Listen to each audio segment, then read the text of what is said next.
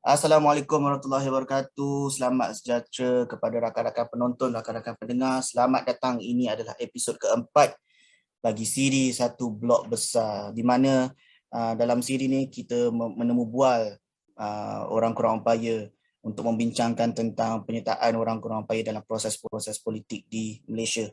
Ini bersama-sama dengan saya pada hari ini iaitu Rosli Ibrahim. Saya panggil dia Abang Rosli lah. Jadi seorang lagi tetamu kita, beliau merupakan seorang orang kurang upaya penglihatan. Abang Rosli, kalau Abang Rosli tak keberatan,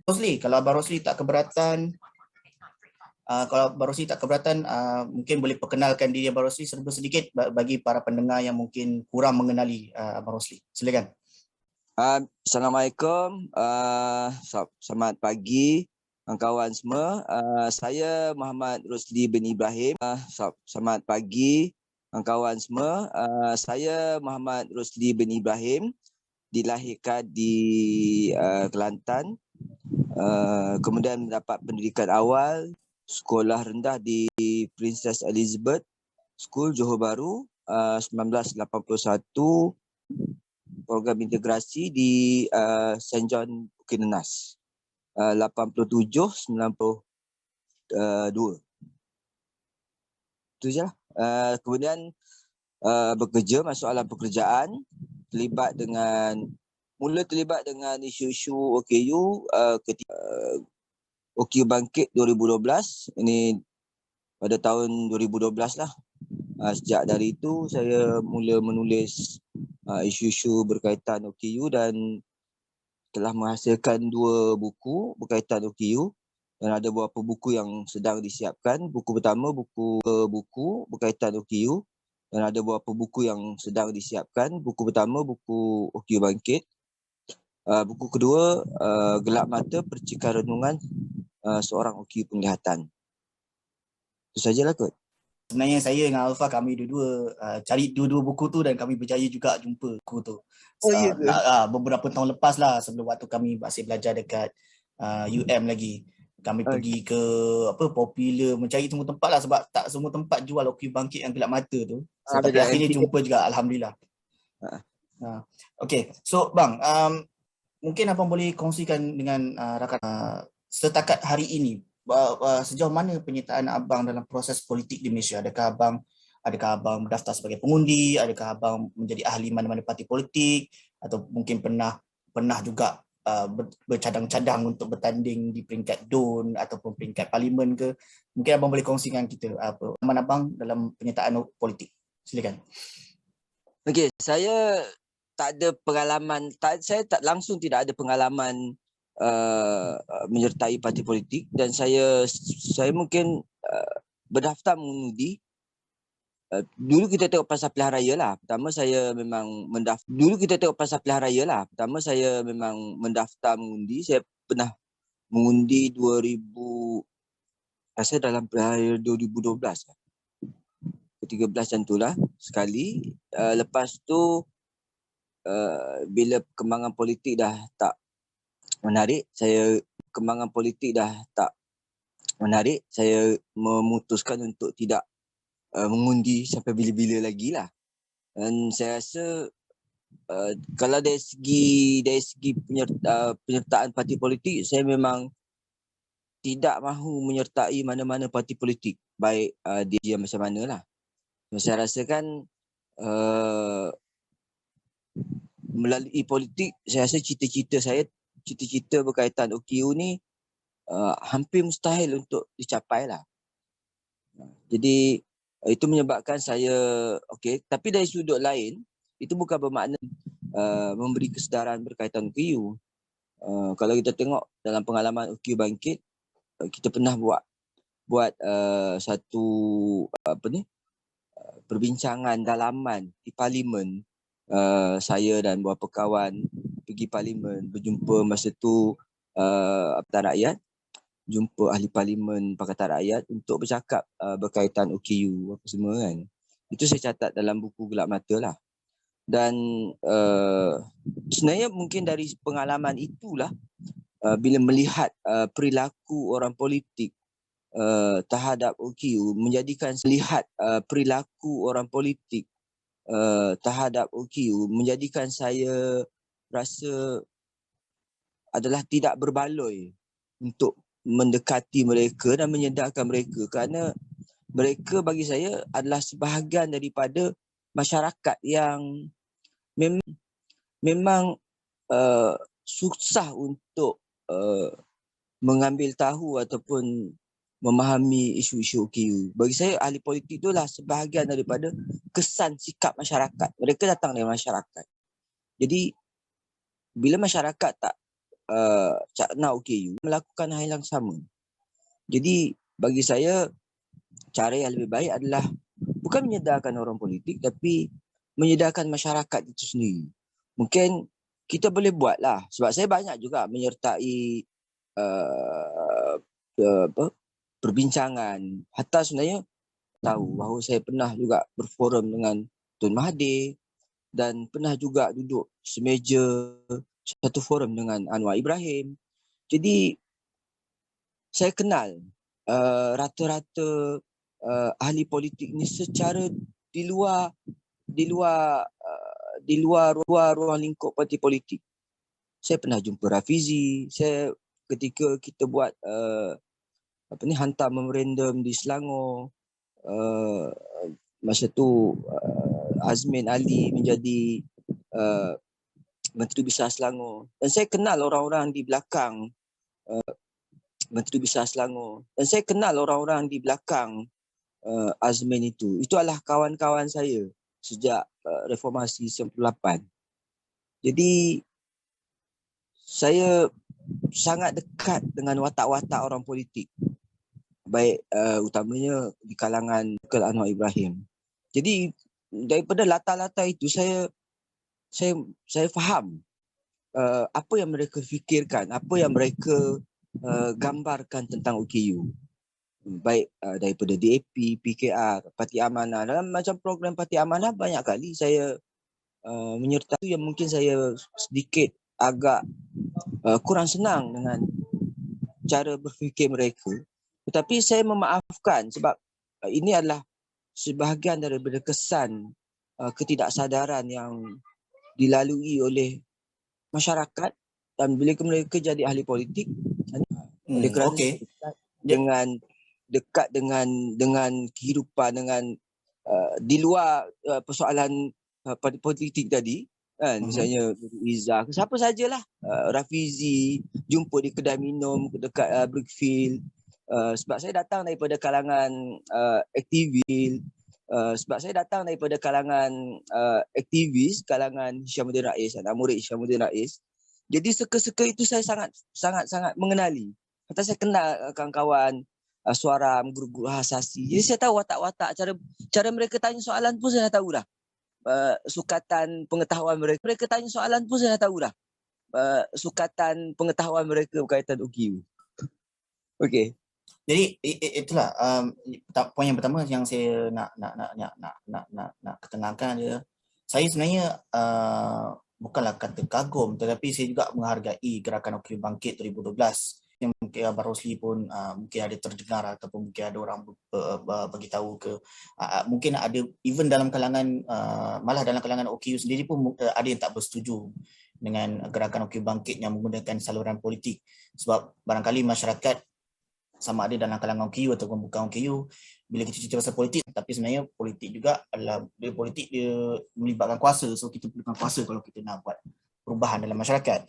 Jadi dan saya nampak memang, bagi saya rasa para pendengar pun dapat boleh tangkap yang bahawa Abang Rosli memang betul-betul frust, nak kata kecewa pun boleh jadi juga, dan juga buntu dengan gaya dan cara fikir ataupun cara gerak kerja watak-watak politik, ahli politik tentang isu-isu OKU. Tapi kalau Abang Rosli tak keberatan, mungkin Abang Rosli boleh tak terangkan lebih sedikit macam mana berdasarkan pengalaman dan Rosli ada dengan watak-watak politik di Malaysia ni, apa cara fikir mereka terhadap OKU sebenarnya? Apa yang mereka nampak tentang OKU? OKU ni bagaimana pada pandangan mereka? Dan apa kalau diorang nak cerita pasal idea-idea dasar, apa bentuk idea-idea yang mereka, adakah mereka berfikir tentang kebajikan ataupun mereka sudah bergerak lebih ke hadapan cerita pasal hak asasi, cerita pasal dasar-dasar idea-idea dasar yang lebih strategik, yang lebih memperkasa, atau bagaimana, Bang Rosli? Baik, sebenarnya kalau kita tengok fikiran-fikiran orang politik berkaitan OKU adalah manifestasi fikiran-fikiran dia. Dia tak jauh beza. Jika masyarakat memikirkan OKU itu just hanya simpati, kesian, paradigma perlu dibantu, mereka ini tiada fungsi dalam masyarakat. Akhirnya, macam saya sebut tadi, bila ada fungsi dalam masyarakat, akhirnya, macam saya sebut tadi, bila mereka jadi ahli politik, mereka tak terfikir ke persoalan dasar awam misalnya. Sebab kalau secara bahasa kasar je, OKU ni sebenarnya mungkin bukan manusia kot. Kalau secara nakal lah, kita boleh menyebutkan begitu.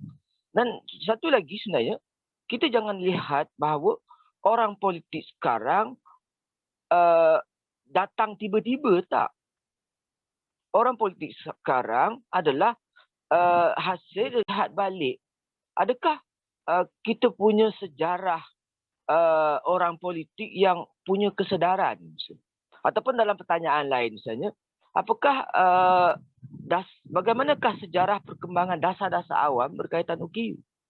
Dari situ kita boleh mengukur sejauh mana OKU. Dari situ kita boleh mengukur sejauh mana orang politik telah berubah paradigma mereka berkaitan OKU. Itu sebenarnya. Dan kalau kita tidak tahu yang tu, maknanya kita sedang mencangkul di tanah yang salah. Kita tak tahu kesuburan tanah itu. Kita ibaratkan bahawa ranah politik adalah satu bidang tanah. Kita tak tahu tanah ni dulu tanam apa. Kemudian kita datang dengan tanpa pengetahuan, kita datang dengan kepala kosong. Kita kata, aku nak tanam tembikai lah. Kita tak tahu jenis tanah. Akhirnya kita letih mencangkul di panas terik. Itu saya bagi kias yang mudah lah. Kita tak payah cerita teori bla-bla kan. Okey. Jadi ini antara dilema kita sebenarnya. Kita tanyakan orang yang bergerak di ranah politik. Apa yang sebenarnya orang politik telah lakukan dahulu. Kita tak cerita sekarang.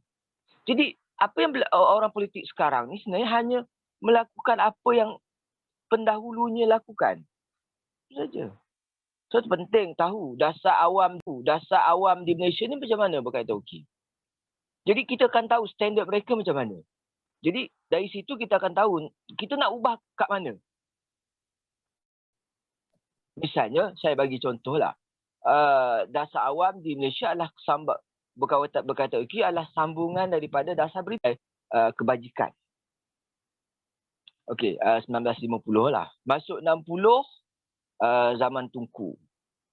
Baik. Masih lagi teruskan dasar British. Kebajikan apa semualah. Masuk zaman Tun Razak. Zaman Tun Razak baru kita akan nampak sedikit sebanyak misalnya. Misalnya ada kalau kita tengok dalam dokumen Arkib Negara, kita akan tengok ada sukan orang cacat.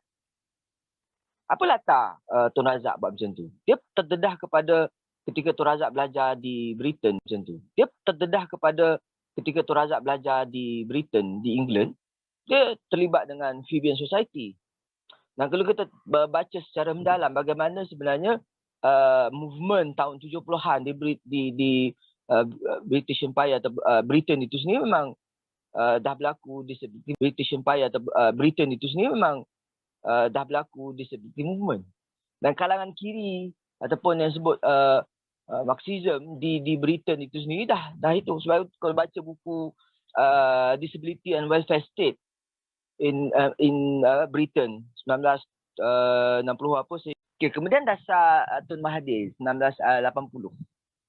Tun Mahathir kalau tengok dalam Malay Dilema, dia ada tulis tentang orang cacat lah dalam istilah dahulu.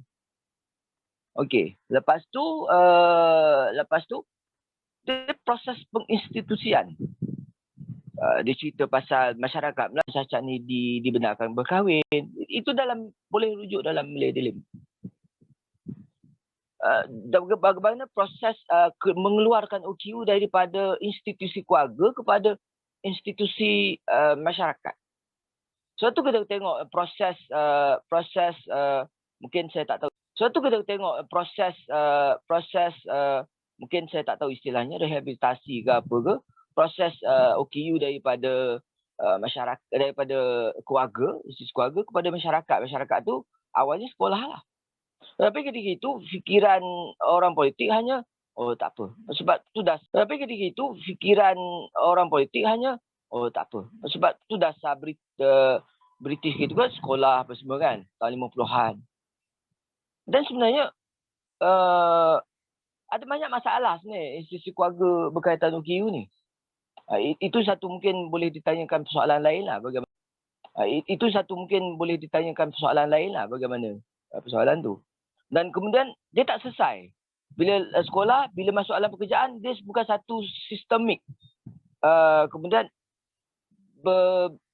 bercerai-berai kat situ. Bila sampai sekolah, bila nak masuk alam pekerjaan dah tak difikirkan. Maksudnya tak ada satu pendekatan sistemik terhadap OKU tadi. Baik, proses penginstitusian.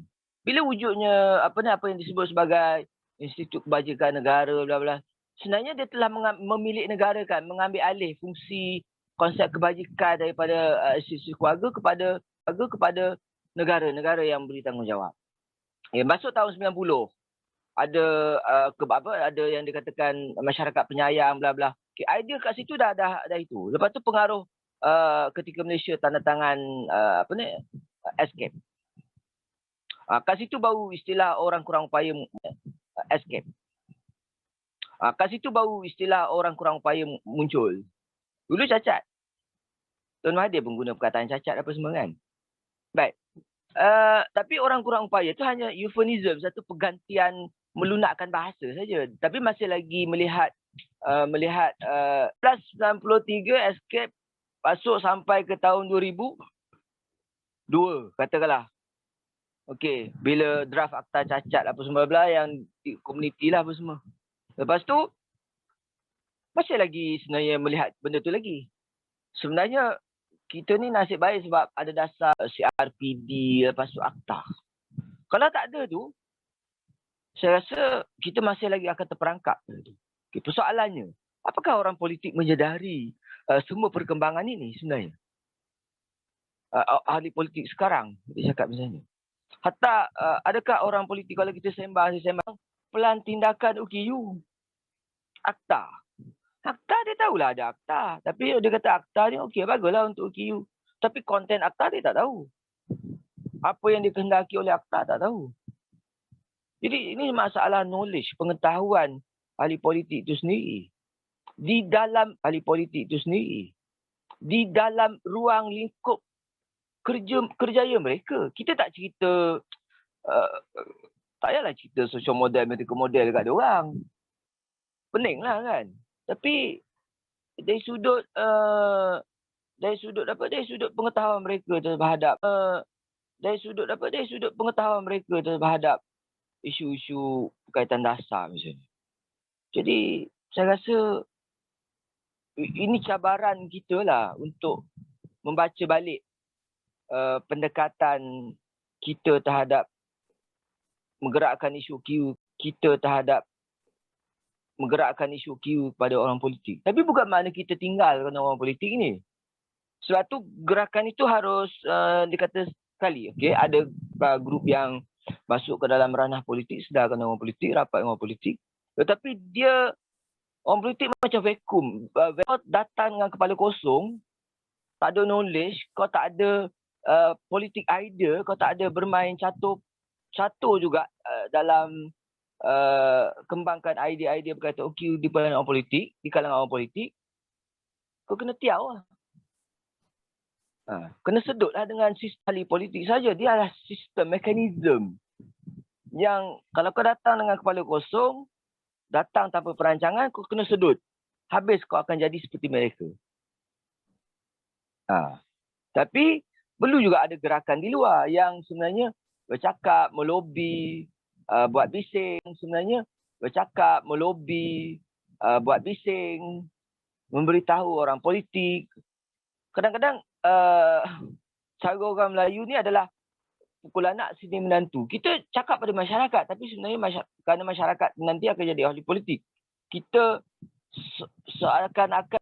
Jadi ada beberapa poin yang menarik sebenarnya. Satu, ada keperluan bukan saja dari segi kajian yang lebih mendalam, tapi perbahasan juga yang kritis dengan mengambil kira perspektif secara sosial, secara politik, dari segi persoalan-persoalan sosiologi masyarakat dahulu hinggalah ke sekarang, dari segi perkembangannya pembentukan dasar negara. Itu satu perkara. Dan satu lagi, saya kalau Abang Rosli juga dah bagi hint sikit dah kepada kita punya komuniti sebenarnya. Macam mana cara kita nak advocate, macam mana kita cara nak memperjuangkan isu OKU. Sama ada dari segi nak guna saluran memperjuangkan isu OKU. Sama ada dari segi nak guna saluran politik ataupun luar pada saluran politik. Okey bang, berbalik semula pada topik kita tentang penyertaan OKU dalam proses politik di Malaysia.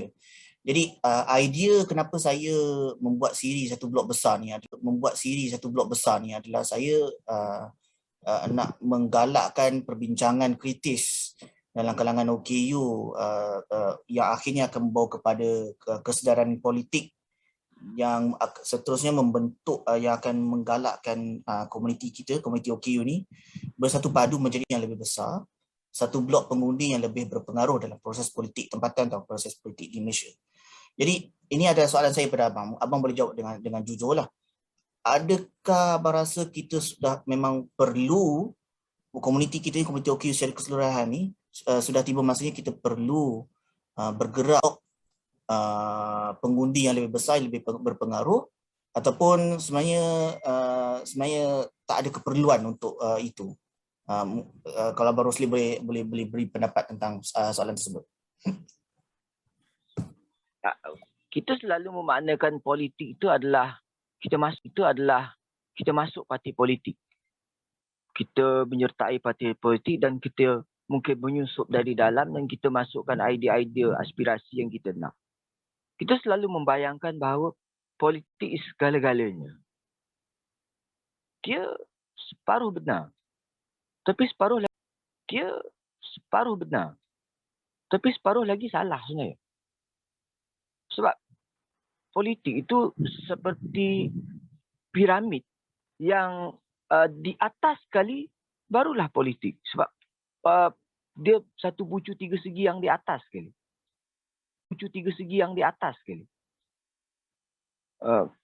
Jadi di bawah-bawah tu adalah tapak-tapak yang besar. Piramid kan? Kita bayangkan piramid.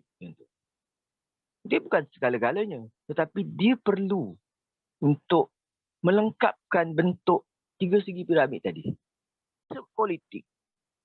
Kita jangan memaknakan dia parti politik. Ataupun kadang-kadang kawan-kawan selalu suka sembang pasal isu-isu semasa. Bagi dia dah itu satu bentuk penyertaan politik. Itu iya. Tetapi belum memadai lagi sebenarnya. Kita bersembang isu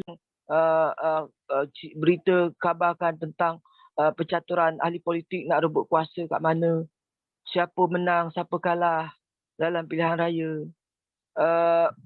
Parti ni cakap kat parti B apa tentang apa. Saya rasa OKU sama hebatnya dengan orang bukan OKU dalam bab ini. Malah pengetahuan mereka lebih baik sebenarnya. Analisa mereka lebih baik. Ini pengalaman saya bersembang, bercerita dengan kawan-kawan OKU Penglihatan sendiri pun. Saya rasa OKU Penglihatan dalam bab ini sangat mahir. Mereka sangat menyedari tentang persekitaran orang politik, catur jatuh bangun mereka. Sangat tahu. Tetapi mereka tidak, malangnya komuniti OKU tidak menyedari tentang apa yang disebut sebagai kita tidak mahu bercakap tentang hak kita, tentang OKU, kewujudan OKU kepada orang politik. Kita sibuk bercakap tentang jatuh bangun mereka. Tentang mereka. Kita tak cakap tentang kita. Inilah masalah politik atau kefahaman politik di kalangan komuniti OKU. So, kalau kita masih lagi bercakap tentang mereka, jatuh bangun mereka, sedangkan kita melupakan percakapan tentang kita, diri kita, hak kita, kenapa kita mimpikan tentang satu blok? Jadi paradigma ini yang perlu diubah sebenarnya. Kita harus bergerak dari persoalan memperkatakan jatuh bangun orang politik, tetapi memperkatakan persoalan-persoalan survival kita. Dalam di mana OKU masih lagi seronok, saya mungkin rakan-rakan pendengar akan menganggap bahawa saya seakan-akan menyalahkan komuniti OKU sahaja. Tetapi kita harus merenung perkara ini dengan sabar sebenarnya. Inilah kenyataannya. Ya benar bahawa apa yang kita lakukan itu adalah sama seperti komuniti bukan OKU lakukan. Mereka pun tidak cakap tentang hak. Jadi pendidikan tentang hak ni kepada masyarakat atau yang dikatakan hak ni kepada masyarakat atau yang dikatakan politik kewarganegaraan ini bukan hanya masalah OKU. Masalah kalangan masyarakat Malaysia misalnya. Sebab tu akhirnya orang politik rasa selesa sebab dia berdepan dengan masyarakat yang bodoh. Masyarakat yang rasa seronok menontonkan kebodohan, menontonkan ketidaktahuan mereka. Dan masyarakat gembira melihat. Dan mereka macam seperti badut misalnya. Masyarakat tidak tanya, orang politik, kau buat apa ni? Mana hak kami? Mana right kami? Mana peruntukan yang telah kau cakapkan dalam RMK 11 dan 11 berkaitan isu orang asal, berkaitan isu teksi, berkaitan isu OKU, berkaitan isu OKU. Tidak. Jadi akhirnya kitaran ini berlangsung, kitaran ini bergerak tanpa kita sedar. Sebab kita telah difahamkan atau kita memahami bahawa politiknya buat parti politik, masuk parti politik, bertanding, menang. Kemudian kita rasa aspirasi kita boleh dilaksanakan. Benarkah begitu? Tidakkah anda melihat sejarah bahawa tidak idea-idea yang seorang idealis tadi masuk ke dalam parti politik kemudian berjaya melaksanakan idealisme dia? Kadar politik adalah tawar-menawar, negosiasi, mengolah persetujuan. Jadi bagaimana nak mengolah persetujuan? Itu tidak tahu. Lalu kerana itulah mereka tidak bersetuju misalnya. Jadi saya rasa untuk mewujudkan apa yang benar, tetapi inilah benda pertama yang kena lakukan. Mengalih sikap kita memandang politik itu bagaimana? Adakah kita memandang politik itu bagaimana? Adakah kita memandang politik itu seperti tadi? Atau kita memandang politik itu sebagai politik kewarganegaraan? OKU adalah warga negara tanah ini. Mereka sah dari sudut undang-undang dan undang-undang itu melindungi mereka. Dan undang-undang itu melindungi mereka. Itu dalam konteks perundangan. Kalau dalam konteks hak asasi, mereka ditakdirkan sebagai manusia walaupun mengalami kurang upayaan dan mereka tidak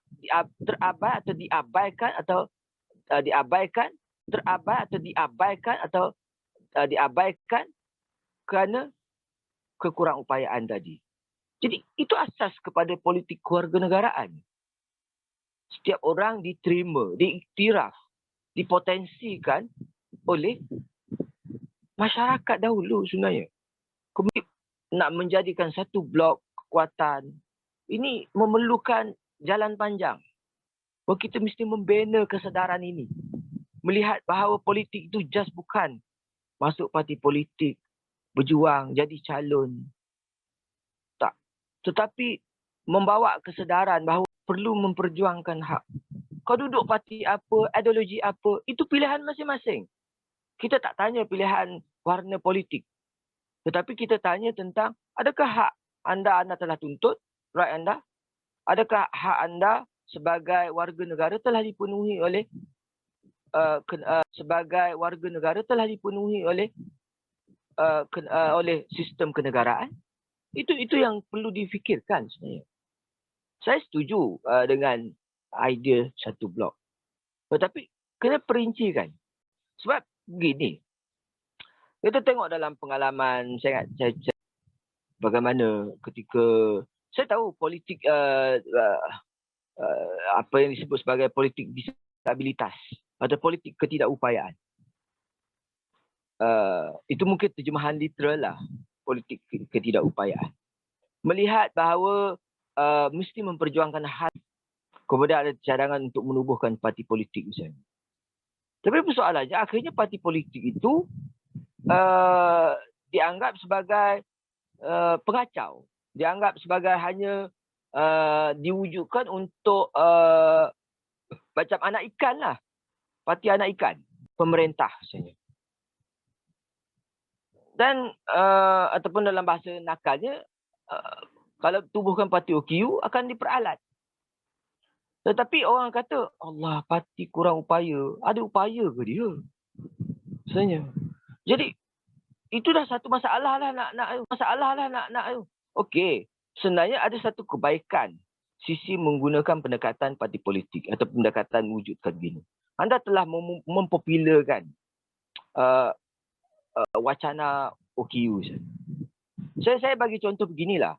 Ada satu kesan menarik ketika saya mengkritik Rafizi Ramli dalam isu manifesto pilihan raya. Dan akhirnya kesan daripada kritikan di Malaysia kini itu menyebabkan Anwar Ibrahim turun di Dewan Perhimpunan Cina pada 3/3/2003 menyertai HKR, Himpunan Kebangkitan Rakyat misalnya, atas nama OK Bangkit. Wacana itu menjadi popular. Tetapi kita jangan larut. Dia hanya sebagai satu macam pemangkin untuk menyebarkan.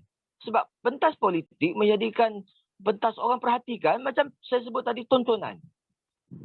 Orang politik ni macam satu pertunjukan. Yang orang ramai-ramai berjuta orang tengok. Dan kita perlukan medium itu untuk langkah awal kepada mempopularkan perbincangan berkaitan UQ. Tapi kita tak boleh terhenti di situ. Kebanyakan aktivis, maaf cakap, bila dia dah dapat populariti itu, dia dah larut. Dia lupa peranan mereka untuk memberikan kesedaran. Atau kadang-kadang mereka menjadikan politik tadi sebagai batu loncatan untuk mendapat laba. Mungkin jawatan, mungkin kerja, mungkin kerjaya, mungkin tak tahulah apa. Dan ini cabaran-cabaran dia sebenarnya. Kan? Jadi sebenarnya berdasarkan pengalaman, mungkin pengalaman saya betul dalam konteks masa yang saya lalui. Mungkin pengalaman orang lain lebih betul. Mungkin dalam konteks pengalaman dan suasana yang tepat tak? Mungkin salah kalau dibaca dalam konteks sekarang. Mungkin zaman dah berubah. Jadi aktivis yang baik untuk masuk di bidang ini, dia harus memahami. Ada ketajaman hati untuk membaca suasana. Untuk melihat perilaku sosial manusia itu. Sendirilah. Baru dia boleh successful lah dalam perjuangkan. Ini disebut sebagai politik idea. Kita harus mencatur, bermain catur idea. Bagaimana kita nak repacking, kita nak memasarkan idea itu sendiri. Saya menganggap masuk ke ruang ini adalah bagaimana kita nak memasarkan, itu sahaja. Bagi saya, ruang politik adalah ruang memasarkan idea berkaitan OKU. Tapi kesadaran dari bawah itu mesti digerakkan. Dia tidak boleh kepada orang politik. Kita tak boleh tinggalkan tapak yang besar tadi, tapak piramid yang besar di bawah tadi. Iaitu masyarakat, segmen-segmen yang lain, kelompok sastra, kelompok agama, kelompok ini, macam-macam pelbagai segmen. Orang teksi. Kalau sembang orang teksi, tak bolehlah sembang QU. Jadi kita harus sangat variasi dan sangat kreatif. Sebab kelompok sasaran kita adalah besar. Ruang lingkup kita besar. Bukan hanya orang politik. Orang politik just hanya satu batu tiga segi kecil di atas piramid. Itu saja. Terima kasih Abang Rosli. Jadi Abang Rosli telah sentuh banyak perkara. Abang Rosli dah cover untuk soalan-soalan yang berikut juga sebenarnya. Jadi tapi itu sangat baik sebenarnya. Walaupun ya betul, sebab walaupun saya telah meletakkan aspirasi untuk satu blok pengundi yang lebih besar, lebih berpengaruh, tapi saya memang sangat setuju. Sebab tu saya buat siri temu bual ni untuk saya pengaruh. Tapi saya memang sangat setuju. Sebab tu saya buat siri temu bual ni untuk saya kumpulkan dan saya hebahkan kepada rakan-rakan aktivis, rakan-rakan pemimpin, mereka yang menjawat jawatan tinggi, terutama mereka dalam kalangan OKU ataupun mereka yang berada di pertubuhan-pertubuhan berkaitan OKU di Malaysia, untuk fikirkan kalau betul kita nak perubahan, kalau betul kita nak buat nak jadi satu blok pengundi yang lebih besar, lebih berpengaruh, ini adalah perkara-perkara yang kita kena buat lebih dulu. Adalah macam mana yang Abang Rosli kata tadi, ini proses yang panjang. Kita perlukan pendidikan politik, pendidikan hak asasi, pendidikan demokrasi, nak menerbitkan kesedaran kewarganegaraan yang Abang Rosli sebutkan tadi. Itu saya sangat menghargai pendapat Abang Rosli. Cuma mungkin satu soalan terakhir untuk kita punya segmen pada hari ini, mungkin Abang Rosli boleh bincangkan sedikit, ataupun mungkin Abang Rosli ada tak pendapat dari segi peranan OKU itu sendiri, maknanya pertubuhan yang ditubuh, diselenggara dan diuruskan oleh OKU itu sendiri, macam senang cakap Organisation of Disabled Persons lah, DPOs, Disabled People's Organizations. So apakah peranan entiti-entiti ni dalam macam mana yang Abang kata tadi, kesedaran politik kewarganegaraan tu, apa peranan mereka? Ada tak peranan? Yang pertama, peranan tu ada ke tak? Dan apa yang mereka kena buat sebenarnya? Saya secara jujur hampir mengatakan bahawa tak ada. Tak ada dia katakan hampir tak ada mereka bergerak ke politik kewarganegaraan. Sebenarnya kita mewarisi paradigma NGO tahun 50, 60, 70, 80, 90, 2000. Kita masih lagi mewarisi 2000. Kita masih lagi mewarisi yang sama sebenarnya. Kita masih lagi bercakap dalam kain. Kita duduk, kita tunduk, kita masukkan kepala kita dalam kain dan kita cakap dekat celah kain kita. Kita cakap dekat celah kain kita. Itu satu kias yang sangat nakal lah. Tapi itulah yang kita lakukan sebenarnya. Saya cakap dengan rasa sangat sedih. Sangat rasa macam saya tak tahu nak kata apa. Saya pernah bekerja dengan NGO, dengan Pertis. Saya melihat dari dalam bagaimana NGO bergerak. Masa tu saya ingat sebelum 2012 lagi lah. Di India dan Jepun. Sebenarnya benda tu secara tak langsung dia macam beri satu pukulan batin lah pada saya. Melihat komuniti OKU di luar Malaysia. Bagaimana mereka hidup. Ada satu kecewa yang mendalam. Yang sebenarnya tak terubat. Tapi saya tak boleh buat apa. Saya tak mampu nak buat. Kita masih lagi mewarisi hal yang sama. Kita masih lagi bercakap dalam rumah kita sendiri. Kita masih lagi rumah kita sendiri. Kita masih lagi melakukan program-program program-program biasa, program-program yang kita lakukan sekarang. Sebab paradigma kita sebenarnya masih lagi paradigma kebajikan. NGO asas kebajikan. Bukan maksud kebajikan itu kau tak boleh beri bantuan anak sekolah. Kau tak boleh tengok orang meninggal, orang sakit. Ataupun masa PKP kau tak boleh bagi bantuan beras. Tak maksud begitu. Kena cari dana sini. Ini antara dilema kita sebab apa tau? Sebab kita, ini masalah yang kita kena tengok balik sebenarnya apa sebenarnya konsep kebajikan. Sebenarnya apa sebenarnya konsep kebajikan. Sebenarnya kebajikan tu apa? Kebajikan yang difahami oleh masyarakat timur dengan masyarakat barat tak sama. Kalau seorang ahli parlimen datang melawat kawasan dan dia tidak beri, saya nak menjelaskan bagaimana kebajikan itu difahami. Adakah kebajikan boleh membawa kepada perubahan sosial? Jadi, salahkah kalau kita memberi kita? Salahkah? Dia tak salah. Tetapi kita terlalu sibuk untuk menguruskan hal-hal tadi. Sebab apa? Kebajikan itu selalu dikotak-kotakkan.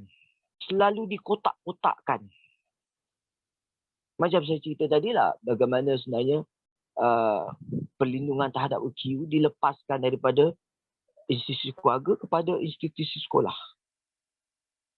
Kerana sebenarnya hakikatnya orang Melayu ada masalah dari segi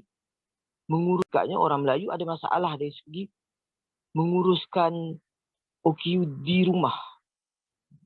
Analisa ini dibuat berdasarkan pemerhatian saya dan pembacaan mendalam saya terhadap pantun-pantun Melayu sendiri. Ini satu cerita yang panjang lah. Mungkin satu sesi yang menarik lah untuk kita bincangkan. Saya sudah bentangkan benda ni di kuliah buku hari Isnin lepas dengan tajuk OKU Habis Sakti Terbit Sakit. Melihat balik sebenarnya bagaimana OKU dalam pandangan tradisional dari sudut kebajikan, dari sejarah kolonialisme. Dan kemudian bila habis sekolah, OKU ni dihantar dalam institusi yang dikatakan NGO. Itu sebenarnya proses institusionalisme. Proses menginstitusikan OKU. Daripada rumah, hantar ke sekolah, pendidikan, hantar ke NGO. Sebab tu masyarakat menganggap, Kak Briefin kalau sembang orang teksi kan, NGO bantu semua NGO tolong lepas tu orang kerajaan dah tolong semua lah. Lepas tu orang kerajaan dah tolong semua lah. Kita tidak membaur dalam masyarakat. Masyarakat tidak menjadikan kebajikan itu persoalan tanggungjawab mereka. Akhirnya kebajikan tadi, apa yang dikatakan perlindungan terhadap OKU tadi, terkotak-kotak dalam keluarga. Apa yang dikatakan perlindungan terhadap OKU tadi, terkotak-kotak dalam keluarga, dalam pendidikan, dalam NGO. Akhirnya beban tadi ditanggung oleh NGO. Dia terpaksa uruskan hal kebajikan tadi. Tapi andainya kita memiliki sebuah masyarakat yang, sangat idealis lah ni, yang memikirkan masyarakat lain. Memikirkan keperluan masyarakat lain. Seperti cerita bangau dan rubah tadi. Yang bangau mesti memikirkan bentuk rubah ketika dia beri makan. Yang rubah mesti tahu tentang bentuk bangau, paruhnya. Dia tak boleh bagi piring rata. Nanti bangau. Itu konsep daripada sudut sastra rakyat misalnya. Keperluan asaskan keperluan dan biodiversity tadi. Jadi sebenarnya hakikatnya masyarakat kita ni macam ni. Akhirnya NGO terpaksa terbeban dengan hal-hal tadi. Akhirnya NGO ada masalah untuk apa hal tadi. Akhirnya NGO ada masalah untuk Untuk apa? Untuk gerakkan isu-isu yang fundamental. Kerana saya rasa ini adalah penyakit kepada teori pembangunan sebenarnya. Kita melihat pembangunan tu tak serentak, tak sekali, tak dalam satu sistem. Ini developmentalisme. Teori developmentalisme yang melihat bahawa masyarakat yang rentan ni tak apa, kita kotakkan dalam satu bentuk institusi. Keluarga tak boleh. Ada masalah, dia nanti dewasa. Kita hantar dia sekolah, okey, ke peringkat umum. Dia orang sekolah ni macam mana? Kerja, biarlah. Jadi akhirnya, kek ekonomi itu dekat NGO. Bergaduh, berebut, berbunuh-bunuhan lah komuniti OKU nak cari kerja dekat NGO. NGO dah jadi badan kebajikan yang kena ambil OKU tadi bekerja. Kerana masyarakat telah melepaskan tanggungjawab tadi. Akhirnya OKU kena memikirkan sara hidup OKU pula. NGO OKU tadi. Kena memikirkan. Lepas tu dalam fenomena, kalau secara terbuka, fenomena yang berlaku adalah berbunuhanlah OKU, perang saudara untuk mendapatkan kerja di NGO tadi. Kerana NGO adalah kebajikan. Dia harus memelihara, menjaga OKU. Ya, itu juga sebenarnya tanggapan masyarakat awam. Sembanglah dengan driver taksi. Sembanglah dengan penjual goreng pisang. NGO tak tolong ke? Kalau macam orang jual tisu misalnya. NGO tak tolong ke, Encik? Maksudnya inilah dia sebenarnya. Inilah dilema besar kepada NGO. Jadi dia nak pergi kepada politik hak, dia nak pergi kepada hal-hal yang berkaitan dasar awam OKU. Mereka tak tercapai, tak dan. Hatta mereka tak ada pengetahuan tentang itu pun. Mereka tak ada pengetahuan. Perangai budak universiti pula datang pergi NGO buat kajian, balik salinan tesis tak bagi. Akhirnya NGO tadi tenganga-nganga lah, tak ada maklumat. Jadi inilah ketakcekapan pengurusan. Itu belum lagi persoalan dana, belum lagi. Jadi terus terang saya cakap secara jujur, lambat lagi, Cik. Lambat masalah yang diorang hadapi. Orang yang kita katakan awak sakit lah. Tak lah, saya tak sakit lah, Cik. Saya sihat ni. Tak, awak sakit ni. Tak, Cik, saya tak sakit. Bergaduh. Awak sakit, saya tak sakit. Awak sakit, saya tak sakit. Mereka tak sedar bahawa NGO tak sedar bahawa NGO tak sedar bahawa mereka sedang sakit. Mereka sedang sakit berada dalam dilema antara tuntutan perubahan OKU nak berubah, kritik di kalangan OKU kenapa NGO. Sebab tu kita tengok kalangan OKU kenapa NGO. Sebab tu kita tengok kalangan komuniti OKU sendiri kritik NGO ni tak buat kerja ini. Jadi ini dilema dia tau sebenarnya. NGO banyak dilema. Sebab tu antara pilihan yang saya buat setelah saya memikirkan panjang punya fikirlah. Saya tidak memilih jalan NGO. Kerana saya tahu kalau saya memilih jalan NGO, saya akan terperangkap dalam keadaan ini. Saya ni nak jadi, ataupun pandangan-pandangan saya kemukakan inilah mungkin pandangan-pandangan asing. Mungkin pandangan-pandangan yang akan dimusuhi, pandangan-pandangan yang akan dibenci pun. Saya tak ambil hati benda tu. Sebab saya mahu menjadi seperti orang ambil pasir tu tadi, jadikan jongkong. Jongkong tadi disusun, diikat, disimen, menjadi satu bangunan indah. Ketika seorang datang ke bangunan indah tadi, dia lihat bangunan indah tadi, dia tak nampak pun butir pasir.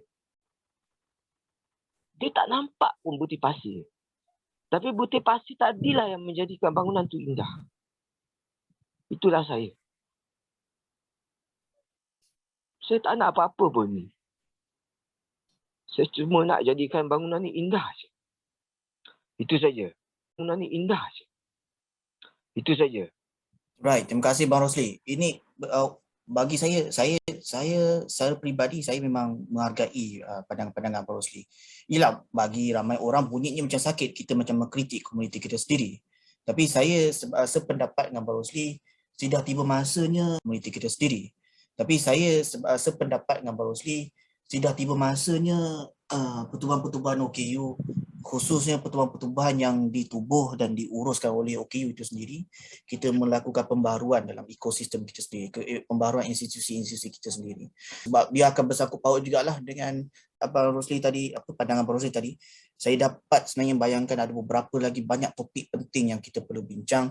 Mungkin tak sesuai untuk dalam siri satu blok besar, mungkin kita boleh wujudkan siri wacana-wacana lain, siri-siri wacana lain untuk kita kupas topik yang topik-topik yang baru saya sebutkan lebih mendalam. Jadi saya dapat nampak ada beberapa langkah penting yang kita kena ambil, sama ada secara individu maupun sebagai suatu komuniti, khususnya dalam kalangan pemimpin-pemimpin atau aktivis-aktivis ataupun mereka yang menjawat jawatan-jawatan tertentu dalam pertubuhan-pertubuhan berkaitan OKU di Malaysia.